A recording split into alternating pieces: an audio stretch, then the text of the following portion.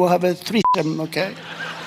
Threesome একটি শব্দ, আর সেটি মুহূর্তের মধ্যে ডোনাল্ড ট্রাম্পকে আবারও এনে দিল বিশ্বজুড়ে আলোচনার কেন্দ্রে। উত্তর ডাকোটায় একটি আনুষ্ঠানিক ভাষণে পদক নিয়ে কথা বলতে গিয়ে এমন একটি মন্তব্য করে বসেন ট্রাম্প, যা শুনে কেউ হেসেছেন, কেউ আবার সমালোচনায় সরব হয়েছেন। কিন্তু কেন বললেন তিনি এই কথা?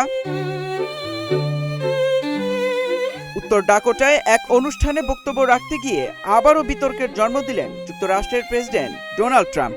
দেশটির সর্বোচ্চ সামরিক সম্মান মেডেল অব অনার পাওয়া বাবা ছেলের দুই ঐতিহাসিক জুটিকে স্মরণ করতে গিয়ে ট্রাম্প মঞ্চে বলেন, এখন আমার দুই সুন্দর ছেলেকে এখানে বসে থাকতে দেখে মনে হচ্ছে একটি আমি নেব, একটি ওদের দেব, আর আমরা একটা থ্রিসম করব, ঠিক আছে? One to them and we'll have a threesome, okay? তার এই মন্তব্যের পরপরই উপস্থিত জনতার মধ্যে হাসির রোল ওঠে।